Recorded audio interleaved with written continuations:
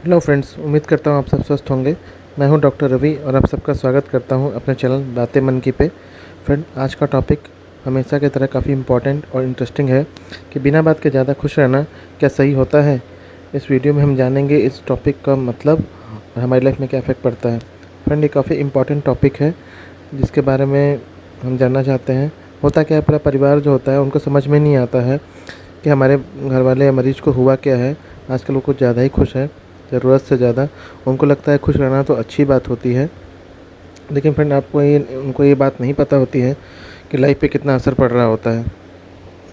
मैं आपको एक ट्रू एग्जांपल के थ्रू बताता हूँ। एक बहुत हैप्पी लड़की मेरे ओपीडी में आई थी अपने परिवार के साथ में।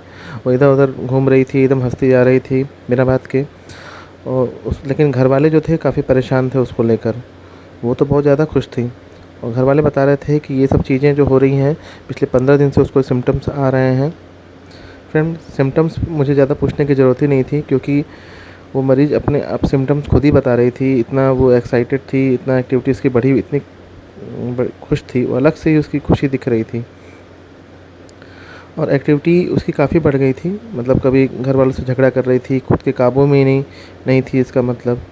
फिर भी मैंने डिटेल हिस्ट्री उससे घर वालों से पूछी तो घर वालों ने बताया कि उसको नींद बहुत कम आ रही है, 3 दिन से सोई ही नहीं है। और घर वाले ये भी बताया कि ऐसा लगता है कि इस मरीज़ को सोने की ज़रूरत ही नहीं है।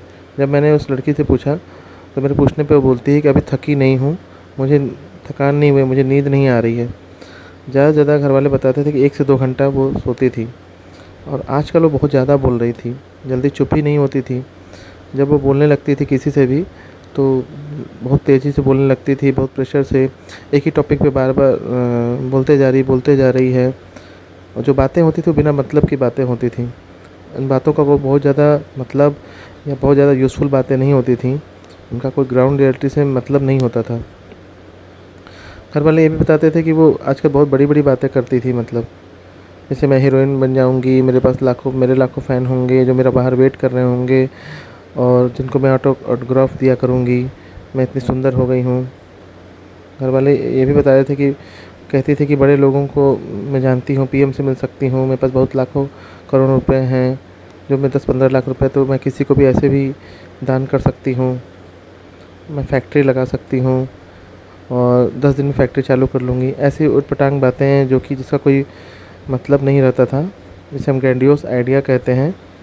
क्योंकि फ्रेंड्स, इन सब चीज़ों के लिए वो कोशिश नहीं किया करती थी, सिर्फ बातें करती थी। और फ्रेंड, मैंने आपको बताया है, इसे हम अभी फुल डिल्यूजन नहीं बनाए, इसे हम डिल्यूजन ऑफ ग्रैंडियोसिटी भी कहते हैं। तो अगर ग्रैंडियोसिटी हो जाता है तो उसे हम पागलपन कह सकते हैं, लेकिन अभी पूरा पागलपन नहीं हुआ है। और साइको किसको कहते हैं इसके बारे में मैं आपको पहले ही बता चुका हूँ। तो फ्रेंड, इसको क्या था कि अपनी खुशी का पूरा वैलिड रीज़न ना घर वालों को दे पा रही थी, ना ही मुझे दे पा रही थी कि वो इतना ज़्यादा खुश क्यों है, इतना एक्साइटेड क्यों है। और इसके सिम्टम्स पिछले 15 दिन से थे। अगर ऐसे सिम्टम्स 1 हफ्ते के लिए भी रहते हैं तो इसको हम पहले मैनिया विदाउट साइकोटिक फीचर कहते हैं। हालांकि आजकल प्योर मैनिया जैसा वर्ड नहीं रह गया है हमारे क्लासिफिकेशन में। ये माना जाता है कि जिसको भी मैनिया हो चुका है उसको सब क्लिनिकल डिप्रेशन हुआ होता है। सब क्लिनिकल डिप्रेशन का मतलब ऐसा होता है कि मरीज को पहले कभी डिप्रेशन के सिम्टम्स आए होंगे, लेकिन घर वालों को पता नहीं चल पाता है क्योंकि वो पूरा फुल ब्लोन सिम्टम्स नहीं होते हैं। इसलिए इसकी diagnosis bipolar affective disorder mania कहा जाता है। तो फ्रेंड्स, अगर कोई ज़्यादा ही खुश है तो हमें ध्यान देने की ज़रूरत है और हमें उसको ध्यान से फिर किसी डॉक्टर से कंसल्ट करने की ज़रूरत है कि इतना ज़्यादा खुश क्यों है, क्योंकि बाद में ये सीवियर मेंटल इलनेस में चेंज हो सकता है। फ्रेंड, इसके ट्रीटमेंट के बारे में और भी इसके चीज़ों के बारे में बाद में बताऊंगा। इस वीडियोस को शेयर करेंगे तो किसी की हेल्प होगी। उम्मीद करता हूँ आपको वीडियो अच्छा लगा हो तो सब्सक्राइब करिए। धन्यवाद।